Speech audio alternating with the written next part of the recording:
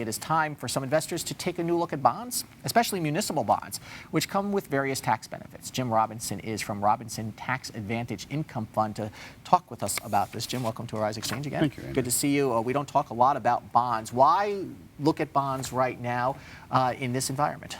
Well, I think bonds have become topical because the Fed has become topical with likely liftoff now appearing to begin in December and continuing probably a couple of years. Okay, so now if interest rates go up, though, bond values come down, typically. Typically, but not all interest rates move together. Mm-hmm. So the Fed only has control over short-term interest rates. Historically, the first couple of moves of short-term interest rates rising actually leads to longer-term interest rates coming down. Do most people buy bonds today, and I guess it depends on your investment class, to buy and hold them for the interest or to trade them based on their value? I think most people hold them and should hold them for the interest income that they generate. And let me ask you about municipal bonds and munis. Munis got really kind of hammered during the financial crisis, depending on the municipality. Credit ratings were lowered. They became a little bit more risky. Where do we stand today?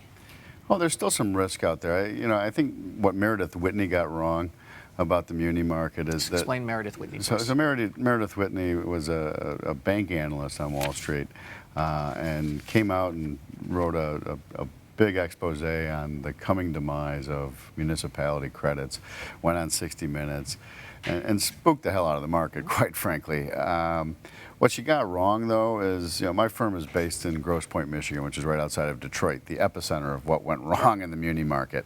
It wasn't just Detroit. There was a Southern California town that also went bankrupt. Right. But if Detroit had declared bankruptcy 10 years earlier, none of us would have been surprised. The conditions were already there. So municipal bankruptcies are well telegraphed, as opposed to... It's very transparent. As opposed to... You see the money running out. Well, corporate bonds, you have a different issue where, if you look at the energy patch today, some of these marginal frackers who have a business model based on $80 oil are going to be out of business at $45 oil and gone, completely out of business, where the municipality doesn't go away. It struggles, but it doesn't go away. And these bonds are backed by the good faith credit of these municipalities, and most of them now, you trade basically in AAA and AA bonds? Investment grade, so single A or higher, triple B or higher.